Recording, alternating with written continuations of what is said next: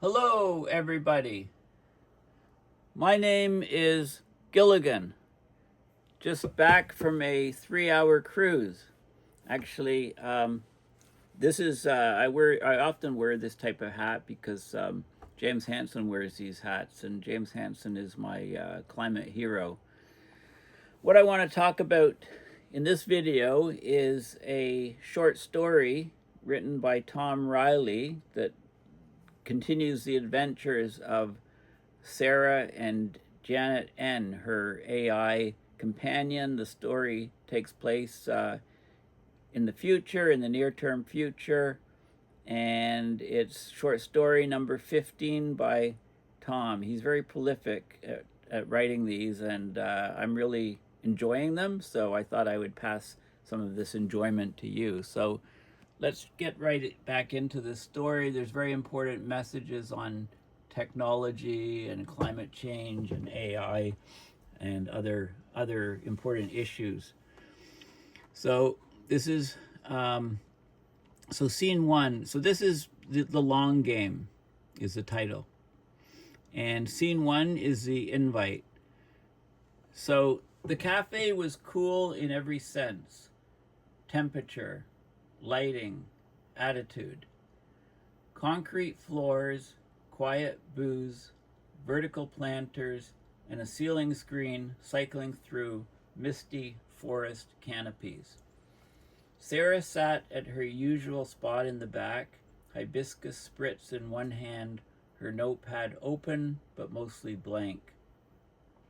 Janet N., who's her AI companion on a screen, flickered to life on the small shoulder screen Sarah wore today, shaped like a subtle silver pendant with a soft glow rim.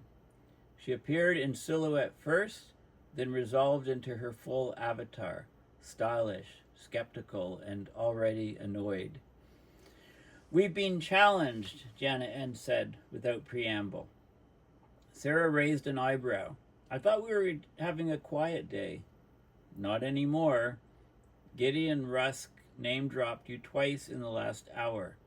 Once on his stream, once in a repost that's now trending under the tag AI Betrayal."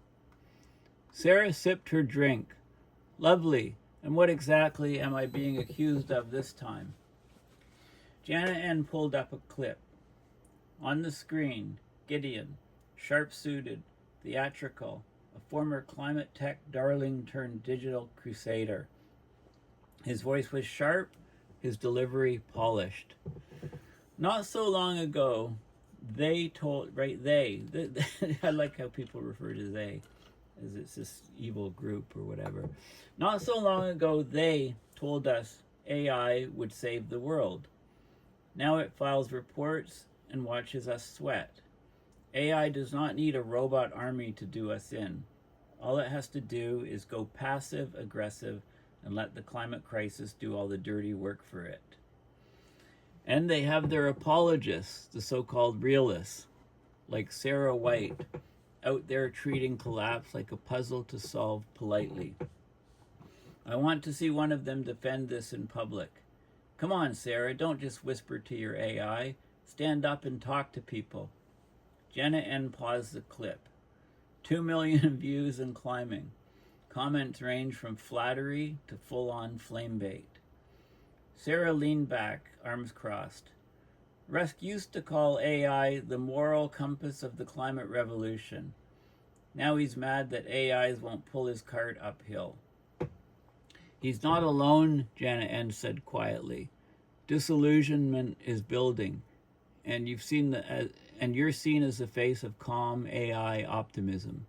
"Which I'm not," Sarah said. "I'm the face of not giving up." A pause. "You could ignore it," Janet M. offered.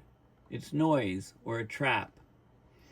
Sarah looked out toward the big wall screen near the front of the cafe. "Today's special, jackfruit mole tacos with lime slaw." Lime coleslaw, I guess. Jackfruit mole taco. I'm thinking that one of Tom's hobbies, the writer of this, is like gourmet chef or something. Anyway, today's special, jackfruit mold tacos with lime slaw. Or it's an opportunity. To what? Get yelled at in real time? To tell the truth, Sarah said, even if people don't like it. Janet N. adjusted her posture slightly. Live stream debate, hosted by Metro State Civic Forum. They've already invited you. Slot still open. This Thursday. Sarah closed her notepad. Tell them I'll come. Janet N. blinked once. Understood. They sat in silence for a moment. The cafe's sound system faded into a soft piano cover of an old protest song. Radical Cafe. Janet, Sarah said almost casually, you ever feel like we're stepping into something bigger than the questions we get paid to answer? Janet N. gave the barest smile. Yes, every time someone stops whispering and starts asking out loud. Okay, so scene 2's in the studio lights. The studio was tucked above a bookstore, its sign half faded and its stairs creaky but clean. Sarah took them 2 at a time, her boots echoing faintly in the narrow stairwell. The upstairs landing smelled of paper, coffee, and a touch of ozone from the old lighting rig. Inside the studio was all angles and foam, panels on the walls, lamps with diffusers, a green screen folded into the corner. A tall mic hung over the guest chair like a mechanical vulture. Janet N. blinked to life on the screen beside the chair, already adjusting her lighting. Camera 2's soft, she noted. I'll rebalance before the stream. The host, a man in his 40s with silver temples and a tablet full of notes, gestured her in. Whenever you're ready, Sarah, he said, tapping the record icon. We'll start with simple introductions. She sat, crossed her legs, and faced the lens with practiced ease. She had been fitted with an earbud for instructions from the producer. Soon the recorded show introduction ran, and then the host first introduced the series and then the guests for today. The host then turned to Sarah, and a voice in Sarah's ear counted down. 3, 2, 1, go. Perhaps you could give us a brief description of how you and your AI companion first got together, said the host. I'm Sarah White. I work investigations, contract, sometimes messy, often unofficial. People hire me when they're not sure who else to trust. My AI partner, Janet N., handles pattern recognition, systems checks, and occasionally delivers biting sarcasm. She's with me now, on screen, not in a robot body. That's not how we play. That said, she can jump her image to any screen ever made. That's a nifty trick to be able to do, actually. Janet N. waved smartly from the biggest screen. The dress she wore would have been more suitable for a formal wedding reception than a backlot TV studio. My first AI, then named Janet A., came from my grandmother. She was a tech journalist who covered the early days of what we used to call machine learning. She bought Janet back when a top-tier AI cost more than a car, but less than a house. Sometimes it does pay to know somebody who knows somebody. I lived in Florida back then, when it still felt like it had a future that you could live in and visit. Storms changed all that. Now I am afraid to even go back there for a visit. Anyway, now Janet Ann and I have been a team ever since. We've seen a few things, and we're still here. She glanced toward the camera. Janet N's screen offered a quiet nod of agreement. Scene 3. When you are hot, you are hot. It started civil. I believe we have a number of faithful viewers already waiting for questions, the host said. The studio lights buzzed faintly overhead as the moderator switched to live calls, opening the floor to listener questions. The delay was barely noticeable, enough to filter for profanity, not emotion. The third caller didn't waste time. You say your AI is helpful. But you don't need an army of robots, But they don't need an army of robots, do they? The voice sneered. They just drag their feet on climate solutions until it's too late for anyone else to act. Sarah straightened. Excuse me? You know exactly what I mean, the caller continued. We were promised miracles, carbon drawdown, water equity, fusion, but AI stalled. Not enough data, not enough consensus. They talk us to death while the planet burns. Interesting. So near-term future, the AIs are being accused of being against humans in solving climate change. Pretty rich. That's enough, the moderator said, reaching for the mute. No, Sarah said. Leave it open. She leaned into the mic, voice clear and calm, too calm for some. First, physics is physics. Having AIs, a super AI or otherwise, doesn't change the energy budget of this planet, or the melting point of ice, or the fact that big projects take big time and big resources. Easy for you to say, the caller snapped. Your AI's on your shoulder. She's not in charge, Sarah said, and neither are the others, not really. You want to blame AI because it's convenient, but humans dragged their feet on climate action long before any AI got a seat at the table. Janet N's face appeared on the corner monitor, quiet but watching. AI development did soak up resources, that's true, Sarah admitted, but it didn't stop anyone from planting trees, switching grids, or voting for leaders who gave a damn. It was us, our delay, our distractions, our endless arguments over short-term profit. Someone in the control room swore under their breath. The chat feed lit up. Another voice broke in, a second guest panelist, someone Sarah hadn't met before. So we just forgive the digital gods and let them explain away the wreckage? You're an apologist. I'm a realist, Sarah snapped, and I'm tired of this revisionist trash where every broken promise gets pinned on code. The climate didn't wait for us to sort out our feelings. It's still not waiting. The moderator finally stepped in. Whoops. We're going to take a short break, cool things down. The host moved on to other subjects. An intern helped Sarah unhook and move offset. Janet N's voice slid in just above the studio feed, soft and precise. For what it's worth, she said, I predicted that interruption 3 minutes before it started. Sarah gave the screen a sideways look. Next time, feel free to cut in. I was enjoying your performance, Janet N replied. Would have been rude to interrupt.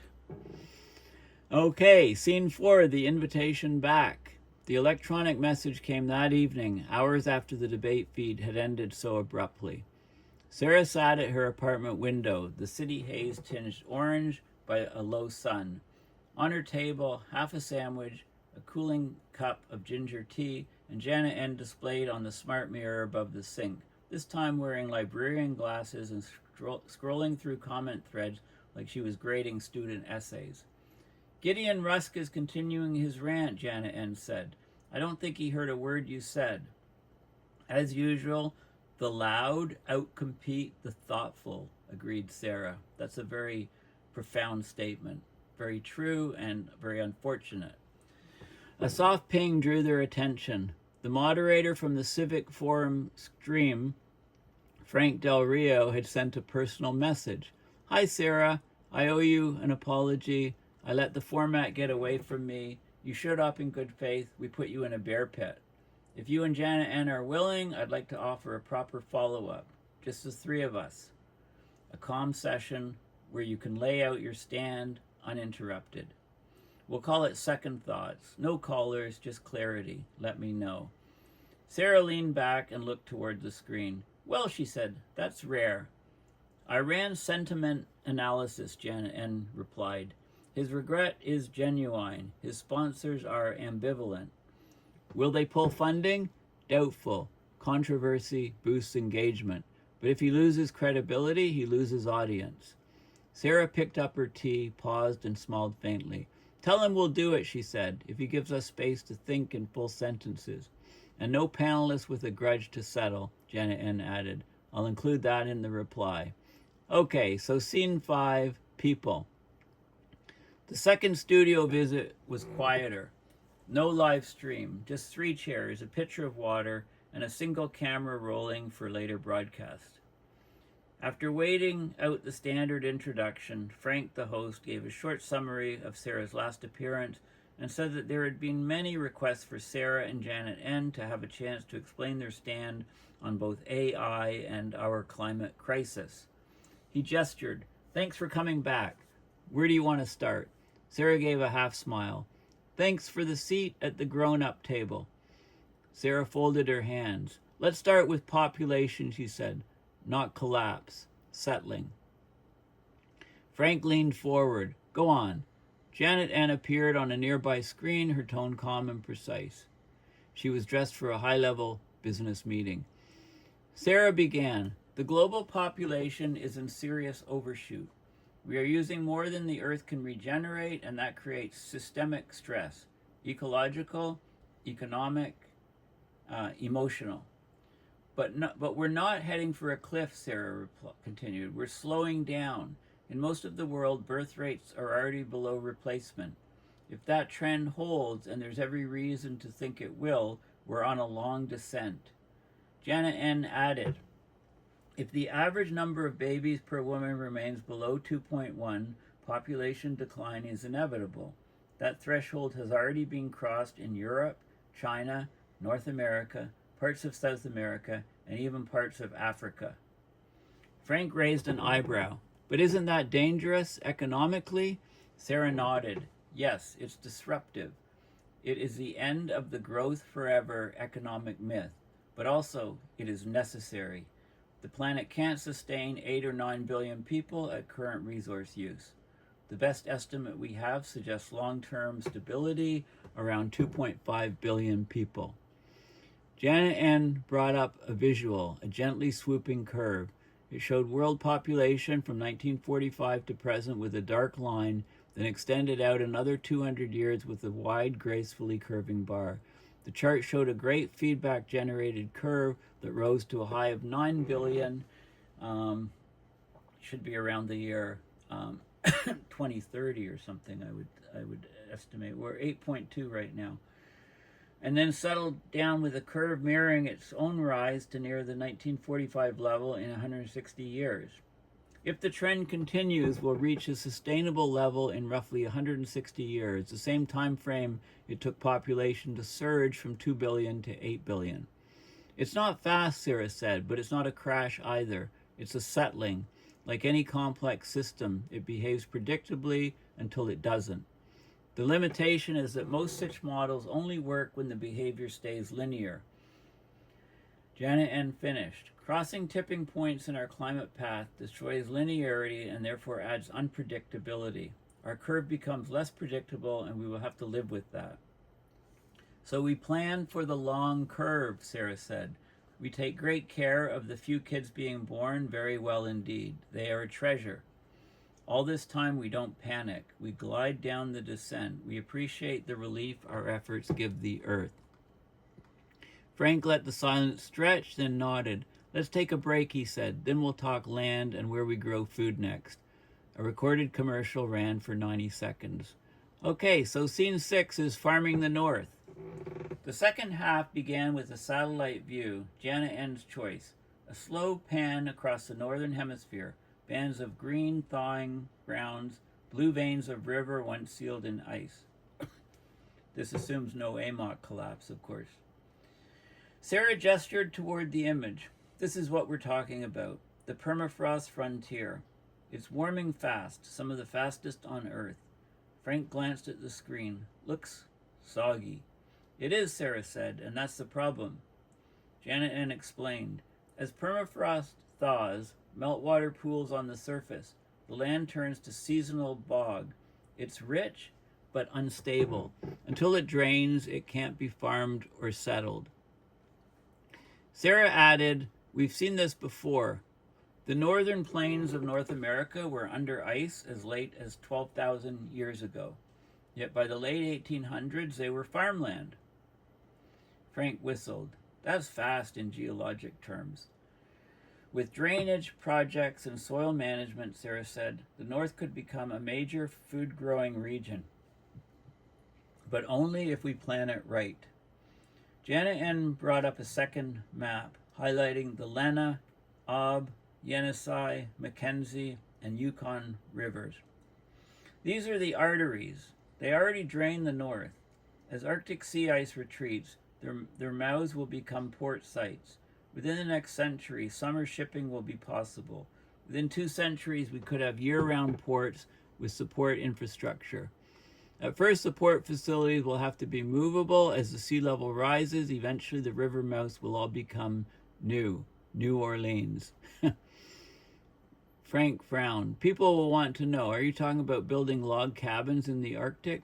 Sarah shook her head. We're not going back to the pioneer age. We're talking about modern settlements, solar power, AI logistics, planned farming hubs, off-grid designs. They'll be rugged, but not primitive. Janet N. added, with long daylight hours during growing season, northern farms can outperform tropical ones per planting cycle. Fast crops, maybe even double yields. And there will be real seasons, long summer days and snows in winter, but seasons not so harsh that humans cannot love them. Frank leaned back. So is this a 1,000-year plan? It could be, Sarah said, but with cooperation, planning, and adaptive tech, it could be a running effort. Push northward in stages across just a few centuries. We're not starting from zero. Frank looked between them. That's a big ask. No bigger than the one we already failed, Sarah replied. We didn't stop the climate from changing, but we can still decide how we live and show our love for life. Janet N's final slide showed 2 paths, one ragged, reactive patchwork, the other staggered but coordinated. Both ended in the north. We have a choice, Janet N said, and we have time, but not forever. The feed cut to another commercial. And then scene 7 is the long game. The final segment was short, just a summing up. Frank gave a nod to both guests, one human and one AI. We've covered a lot, he said. Population, food, planning for futures most of us won't live to see. Any closing thoughts? Sarah leaned slightly forward, hands folded, her voice steady. When we failed to end carbon burning in time to prevent major climate change, she said, we obligated ourselves to play a long and dangerous game. Play it we now must, so play it we now will. She glanced toward the screen where Janet N stood still in her business wear, silent now, but present. That long game must have long visions, Sarah continued. There is nothing petty about our problems, our solutions, our dreams must not be petty in answer. Frank nodded once solemnly. Second thoughts will return next week, but for now, thank you both. The screen went to commercial. On the monitor, Janet N's figure lingered 1 second longer than the feed, then dissolved into stars. The end. Okay, well, I hope you enjoyed this as much as I did, and I want to thank Tom Riley for putting together. Retired NASA engineer for writing these short stories and for giving me the opportunity to discuss this one, which is story 15, short story 15 called The Long Game. So thanks again, and thanks for listening, and bye for now.